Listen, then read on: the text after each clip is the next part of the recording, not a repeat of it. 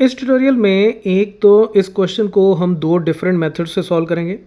दूसरा मैं आपको ये भी बताऊंगा कि ये जो रोम्बस है और उसके अंदर ये सर्कल जो इसकी चारों साइड्स को टच होके जा रहा है, ये एग्जामिनेशन में आप कैसे बना सकते हो बिना ज़्यादा इसके ऊपर टाइम स्पेंड किए हुए। ठीक है, ये मैं क्यों बता रहा हूँ, क्योंकि ज़्यादातर रोम्बस की जगह इस क्वेश्चन में स्टूडेंट्स जो हैं वो स्क्वायर बना देते हैं। ठीक है, लेकिन एक्चुअली आपको रोम्बस बनानी चाहिए, क्योंकि ये क्वेश्चन जो है वो यही बोल रहा है कि prove that the parallelogram circumscribing a circle is a rhombus. मतलब कि एक पैरेललोग्राम है, पैरेललोग्राम का मतलब कि इसकी ये साइड इसके पैरेलल और ये जो साइड है ये इसके पैरेलल है, और दूसरा ये जो साइड है ए बी ये सी डी के बराबर है और बी सी जो है वो ए डी के बराबर है। ठीक है, पैरेललोग्राम की ऑपोजिट साइड्स बराबर होती हैं और पैरेलल भी होती हैं।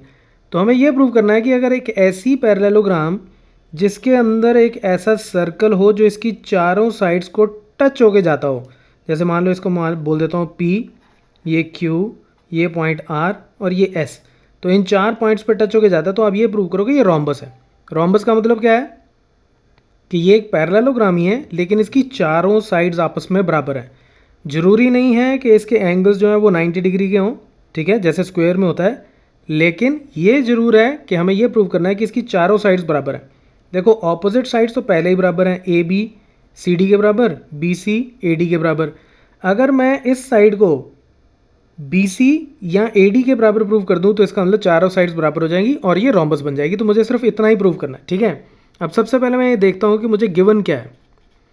देखो गिवन मुझे ये है कि A B is parallel to C D and B C is parallel to A D. पहली चीज़ ये गिवन है। दूसरी क्या गिवन है कि A B is equal to C D and B C is equal to A D. Okay, अब मुझे प्रूव क्या करना है। टू प्रूव है कि ये जो है ये एक रोम्बस है। रोम्बस का मतलब देखो, अब ऑपोजिट साइड्स पैरेलल और इक्वल हैं, ये तो पहले ही गिवन है।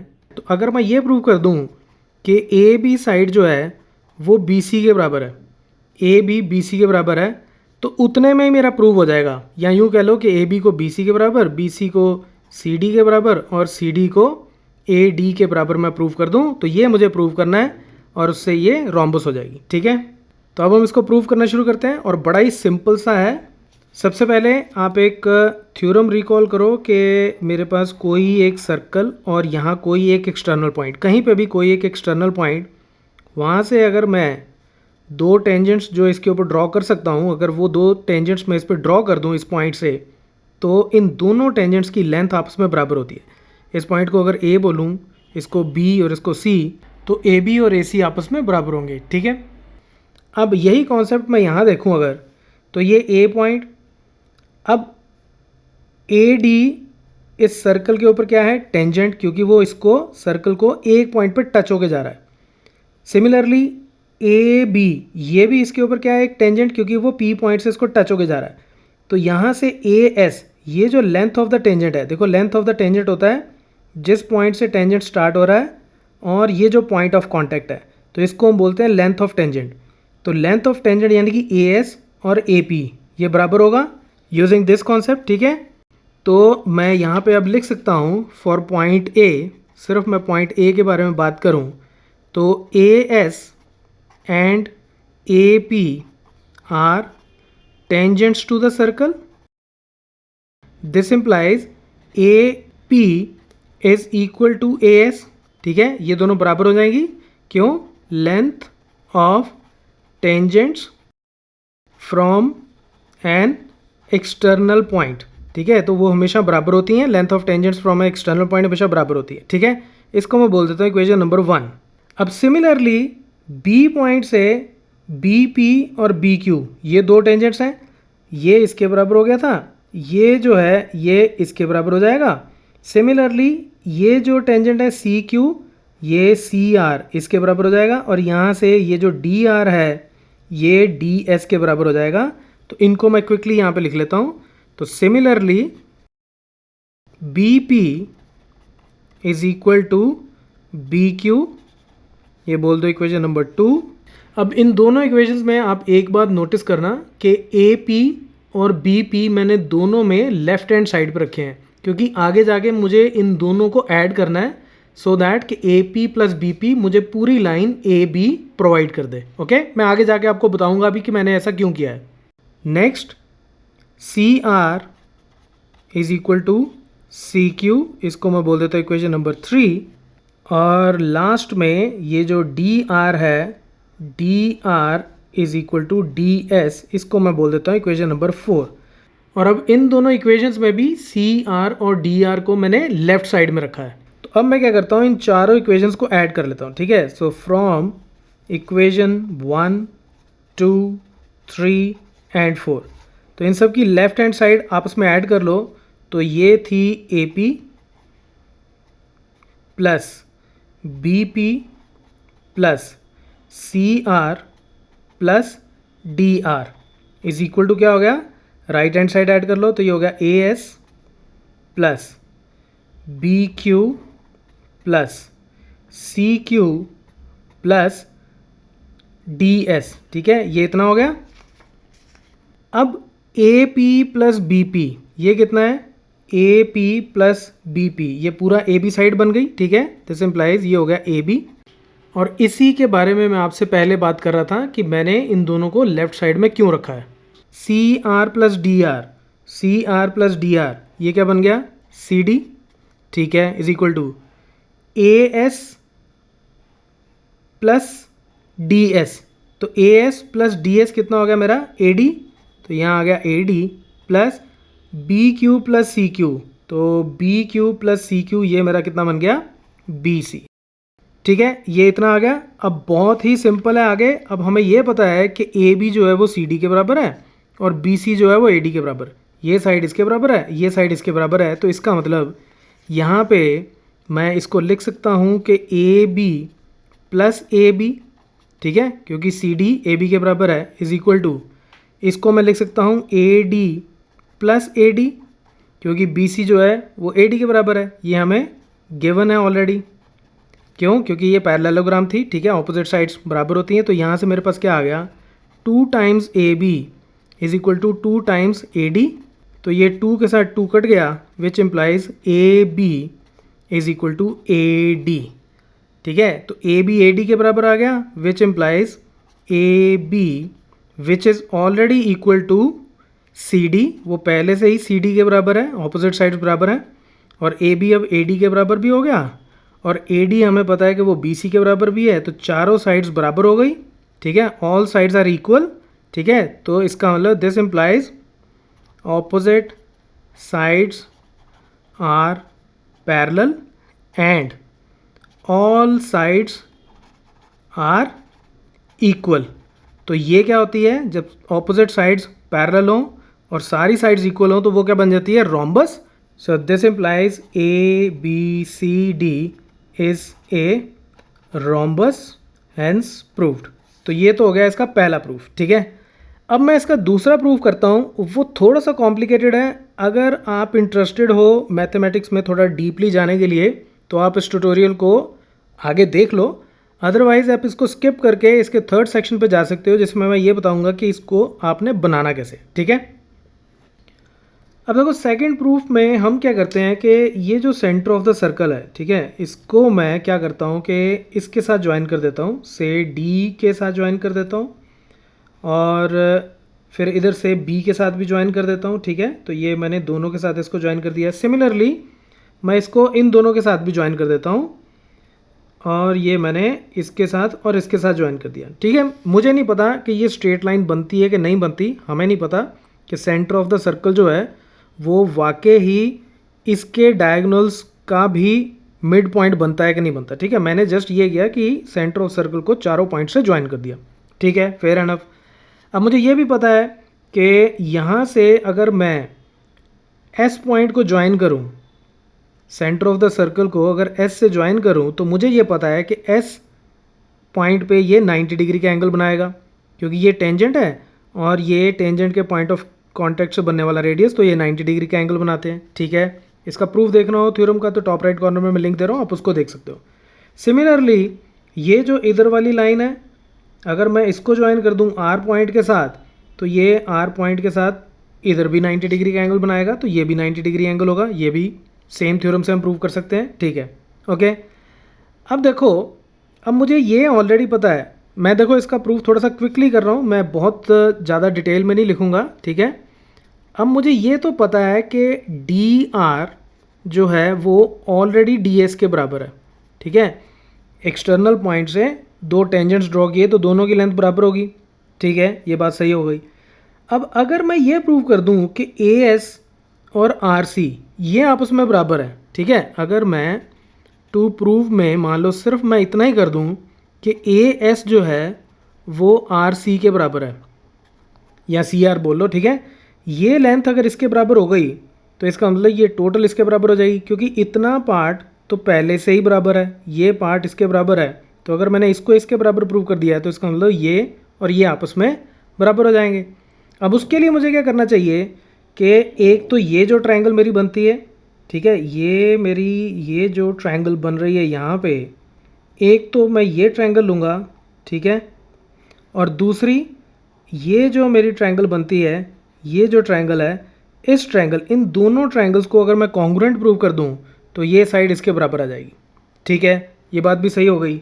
अब इन दोनों ट्रायंगल्स में अगर आप ध्यान से देखो तो ये एंगल 90 डिग्री, ये एंगल 90 डिग्री, ठीक है, ये रेडियस हो गया, ये रेडियस हो गया, तो ये दोनों भी आपस में साइड्स बराबर हो गई। अब अगर मैं इस एंगल को इस एंगल के बराबर प्रूव कर दूं, इन दोनों एंगल्स को आपस में बराबर प्रूव कर दूं, तो इसका मतलब ये ए एस ए से दोनों ट्रायंगल्स कॉन्ग्रुएंट हो जाएंगी। तो फिर इस साइड को मैं इस साइड के बराबर प्रूव कर सकता हूँ, क्योंकि इस एंगल के सामने वाली साइड ये और इस एंगल के सामने वाली साइड ये, तो ये दोनों बराबर हो जाएंगी, तो मेरा प्रूफ हो जाएगा। ठीक है, लेकिन इन दोनों एंगल्स को कैसे प्रूव करें, उसके लिए मुझे क्या करना पड़ेगा, उसके लिए मैं इनको भी ज्वाइन कर देता हूँ। ठीक है, ये मैंने यहाँ पे परपेंडिकुलर बना दिया और एक मैंने ये पी पॉइंट पे भी परपेंडिकुलर बना दिया। ठीक है, तो ये मुझे पता है कि ये भी 90 डिग्री होगा और ये भी 90 डिग्री होगा। ठीक है, आई नो थोड़ा सा कॉम्प्लिकेटेड होगा, थोड़ा अच्छे से विजुलाइज करके देखना। अब देखो, अब हमें ये भी पता है, एक थ्योरम में हमने ये पढ़ा था कि जैसे ए एस ये टेंजेंट और ए पी ये टेंजेंट, तो पी को ओ से ज्वाइन करो और एस को ओ से ज्वाइन करो, तो ये जो पूरा एंगल होता है, ये जो पूरा एंगल होता है, ये वाली लाइन जो है, जो सेंटर से मैं ए पॉइंट को ज्वाइन कर रहा हूँ, ये लाइन इस पूरे एंगल का एंगल बाइसेक्टर होती है। तो यानी कि ये जो एंगल है, इस एंगल को मान लो एंगल 1 बोल देता हूँ और बड़े एंगल को बोल देता हूँ एंगल 2। तो एंगल 1 जो है वो हाफ ऑफ एंगल 2 होगा। ठीक है, ये हाफ ऑफ एंगल 2 हो जाएगा, राइट। सिमिलरली इस एंगल को अगर मैं बोल दूँ एंगल 3 और इस बड़े वाले एंगल को मैं बोल दूँ एंगल 4, तो एंगल 3 जो है वो हाफ ऑफ एंगल 4 होगा। ठीक है, ये बात भी सही हो गई। अब मुझे ये प्रूव करना है कि एंगल 2 और एंगल 4 ये दोनों एंगल्स आपस में बराबर है। अगर ये दोनों एंगल्स आपस में बराबर हो गए तो इसका मतलब एंगल 1 और एंगल 3 भी आपस में बराबर हो जाएंगे। ठीक है, अच्छा, अब उसके लिए मुझे कुछ खास करने की ज़रूरत नहीं है, ये मैं वैसे ही प्रूव कर सकता हूँ कि angle 2 is equal to angle 4। क्यों, ये दोनों क्या हैं, वर्टिकली ऑपोजिट एंगल्स। लेकिन वर्टिकली ऑपोजिट एंगल्स क्यों हैं, वर्टिकली ऑपोजिट एंगल्स तो वही होते हैं ना, जैसे ये दो स्ट्रेट लाइंस आपस में इंटरसेक्ट कर रही हैं तो फिर ये ऑपोजिट एंगल्स जो हैं ये दोनों आपस में बराबर होंगे, तो ये वर्टिकली ऑपोजिट एंगल्स होते हैं। अब देखो, ये दोनों पैरेलल हैं क्योंकि ये पैरेललोग्राम थी, तो ये लाइन और ये लाइन आपस में पैरेलल है। ठीक है, और ये दोनों टेंजेंट्स भी हैं। अब दोनों टेंजेंट्स के पॉइंट ऑफ कॉन्टैक्ट को अगर आप ज्वाइन कर दो तो वो उसका डायमीटर होता है। ठीक है, ये हमने एक थ्योरम में पढ़ा था, टॉप राइट कॉर्नर में मैं लिंक दे रहा हूँ, आप उसको देख लेना। तो ये डायमीटर हो गया, यानी कि ये centre of the circle O से होकर जाएगा, तो मतलब ये क्या है कि ये R O P straight line हो गई। सिमिलरली एस ओ क्यू ये भी एक स्ट्रेट लाइन हो गई। ठीक है, ये भी स्ट्रेट लाइन बन जाएगी क्योंकि ये दो पैरेलल टेंजेंट्स, तो पैरेलल टेंजेंट्स के पॉइंट ऑफ कॉन्टैक्ट को अगर ज्वाइन करें तो वो डायमीटर होता है, तो ये भी स्ट्रेट लाइन और ये भी सेंटर ऑफ द सर्कल यानी कि ओ से होकर जाएगी। तो इसका मतलब ये डायमीटर और ये डायमीटर स्ट्रेट लाइंस, तो इसका मतलब ये और ये दोनों क्या बन गए, वर्टिकली ऑपोजिट एंगल्स। तो ये दोनों एंगल्स आपस में बराबर होंगे, तो एंगल 2 एंगल 4 के बराबर, तो यानी कि ये इक्वेशन 1 और ये इक्वेशन 2 ये आपस में बराबर हो गई। This implies angle 1 is equal to, मैं फिर से लिख देता हूँ, हाफ ऑफ, इसको एंगल 4 लिख सकता हूँ क्योंकि एंगल 2 एंगल 4 के बराबर है, और ये किसके बराबर हो गया, एंगल 3 के बराबर। This implies angle 1 is equal to angle 3। तो एंगल 1, ये जो एंगल है, ये वाला एंगल इस एंगल के बराबर आ गया। ये मैंने प्रूव कर दिया कि ये दोनों एंगल्स आपस में बराबर हैं। तो अब हम ये ट्रायंगल ले लेते हैं, एक ये ले लेते हैं ASO, ठीक है। तो ट्रायंगल ASO और दूसरी ले लो आप CRO, एंड ट्रायंगल CRO। अब इसमें हमें ये पता है, ये एंगल, इस एंगल को बोल दो से 5, इसको बोल देते हैं 6। तो angle 5 is equal to angle 6, क्यों, दोनों क्या हैं 90 डिग्रीज, ठीक है। नेक्स्ट OS, ये जो है ये OR के बराबर है, क्यों, ये दोनों क्या हैं, रेडियाई ऑफ द सर्कल, ठीक है। ये भी रेडियस ऑफ सर्कल, ये भी रेडियस ऑफ सर्कल। और तीसरा, अभी अभी हमने प्रूव किया कि एंगल 1 जो है वो एंगल 3 के बराबर है, जस्ट प्रूव्ड। तो यहाँ से एक एंगल, फिर एक साइड और फिर एक एंगल ASA। तो ASA कॉन्ग्रुएंस से दोनों ट्रायंगल्स क्या होगी, कॉन्ग्रुएंट। अगर दोनों ट्रायंगल्स कॉन्ग्रुएंट हो गई, ये और ये, तो उनके कॉरस्पॉन्डिंग पार्ट्स भी कॉन्ग्रुएंट हो गए। तो यानी कि ये जो साइड है, ये साइड इसके बराबर हो जाएगी, ये साइड इसके बराबर हो गई, ये वाली पहले ही इसके बराबर है, ठीक है। तो this plus this is equal to this plus this, तो यानी कि ये पूरी साइड इसके बराबर हो गई। तो इसका मतलब ये क्या बन गई, हमारी रोम्बस, ठीक है। आई नो ये थोड़ा सा कॉम्प्लिकेटेड है, लेकिन जस्ट इन केस आपको मैथमेटिक्स में थोड़ा सा इंटरेस्ट है तो आपको ये सोल्यूशन भी अच्छी लगेगी। एग्जामिनेशन पॉइंट ऑफ व्यू से पहले वाला पार्ट इज़ मच बेटर, वो बड़ा आसान है, ठीक है। अब हम बात करते हैं कि इसको बनाना कैसे। अब देखो, इसको बनाने के तरीके तो बहुत सारे हो सकते हैं, लेकिन मैं आपको बड़ा ही एक सिंपल सा मेथड बताता हूँ। सबसे पहले आप क्या करो, कितनी भी लंबी एक, आप कहीं पे भी एक लाइन ड्रॉ कर लो। मान लो मैंने 5 सेंटीमीटर ले ली, ठीक है। उसके बाद इसके किसी भी एंड पॉइंट से एक और आप लाइन ड्रॉ कर लो, वो भी 5 सेंटीमीटर होनी चाहिए, ठीक है। और मैंने इसको टेढ़ा ही बनाया है, सीधा नहीं बनाया, क्योंकि मुझे रोम्बस की लुक भी देनी है इसको, तो इसलिए मैं इसको स्क्वायर शेप में नहीं बनाना चाहता। अच्छा, उसके बाद क्या करना है, अब मुझे यहाँ रोम्बस बनानी है बिना ज़्यादा कंपस वगैरह यूज़ किए हुए। तो इसका एक सिंपल सा मेथड होता है, ये स्केल की कोई भी एक स्ट्रेट लाइन, इसको आप इसके साथ, जैसे ये ज़ीरो वाली है, इसके साथ ऊपर वाली लाइन के साथ कोइंसाइड करके देखो कि ये जो पॉइंट है ये कितनी दूर है, ये पॉइंट कितनी दूर है। तो ये अगर आप यहाँ से देखोगे तो ये 4.8 सेंटीमीटर दूर है, ठीक है। तो मैं क्या करता हूँ, मैं यहाँ बीच में कहीं पे भी इतने ही डिस्टेंस पे एक पॉइंट और मार्क कर देता हूँ, ठीक है। तो ये मैंने 4.8 यहाँ मार्क कर दिया, और उसके बाद 5 सेंटीमीटर लंबी लाइन मैं यहाँ पे ज्वाइन करूँगा इन दोनों पॉइंट से होके जो जाती हो। तो ये 5 सेंटीमीटर मैंने लंबी लाइन ज्वाइन कर दी यहाँ पे, और उसके बाद जब आप इसको देखोगे तो ये भी आपकी 5 सेंटीमीटर लंबी ही लाइन आएगी, ठीक है। अप्रॉक्सीमेटली 1 आधे मिलीमीटर का कोई फ़र्क हो सकता है, क्योंकि आप एस्टिमेशन से ही बना रहे हो, लेकिन फिर भी आपकी काफ़ी एक्यूरेट बन जाएगी। तो रोम्बस तो बन गई। अच्छा, अब मुझे क्या करना है, अब कोई भी रोम्बस और उसका जो अंदर सर्कल होता है, जो इसको ये सर्कमस्क्राइब करती है, दोनों का सेंटर एक्चुअली सेम होता है, ठीक है। तो कहने का मतलब क्या है कि इसके डायगोनल्स जहाँ पे इंटरसेक्ट करेंगे एक दूसरे को, वो ही सर्कल का सेंटर होता है। तो यहाँ पे आप एक हल्की सी लाइन ड्रॉ कर सकते हो पेंसिल के साथ, और सिमिलरली एक डायगोनल आप इधर बना लो। उसके बाद ये जो सेंटर आया आपका, अब इस सेंटर से फिर से वही काम करना है कि इसकी किसी भी एक साइड के ऊपर ये ज़ीरो वाली लंबी वाली बार जो है उसको कोइंसाइड करो, और वहाँ से आप इस सेंटर पॉइंट के साथ बिल्कुल लगा के इस तरह से स्केल रखो। और इसके बाद लाइन नहीं ड्रॉ करनी है आपको, उसकी ज़रूरत नहीं है, सिर्फ आप ये देख लो कि ये दोनों बिल्कुल स्केल के ऊपर लाई करने चाहिए। तो यहाँ जहाँ पे ज़ीरो आपकी ये लाइन दिख रही है, यहाँ सिर्फ आप एक मार्क लगा लो, ठीक है। सिर्फ एक मार्क लगाना है आपको, मैं थोड़ा सा बड़ा लगा देता हूँ, ठीक है। तो ये मार्क है, एंड वी आर डन। अब मुझे क्या करना है, अब मुझे सिर्फ और सिर्फ कंपस को ये सेंटर पे रखना है, और उसके बाद ये जो मेरा जो मैंने पॉइंट ड्रॉ किया था यहाँ तक कि मुझे कंपस खोलनी है, और फिर मुझे ये सर्कल ड्रॉ करना है। और आप देखोगे कि ये जो सर्कल है ये इसकी चारों साइड्स को टच होके जा रहा है। और अब हमने क्या किया, हमने रोम्बस बनाई है, एग्जैक्टली एक रोम्बस बनाई है, और उसके अंदर एक सर्कल बनाया है जो इसकी चारों साइड्स को टच होके जाता है। इसके बाद आप सिर्फ इतना कर सकते हो कि इसकी ये जो लाइंस बीच में आपने ड्रॉ की हैं उनको आप इरेज कर दो, पेंसिल से ड्रॉ की थी, ठीक है। तो ये अब आपकी एक बेहतर शेप बन गई एग्जामिनेशन पॉइंट ऑफ व्यू से भी, right. So that's it from this tutorial, keep watching math mafia.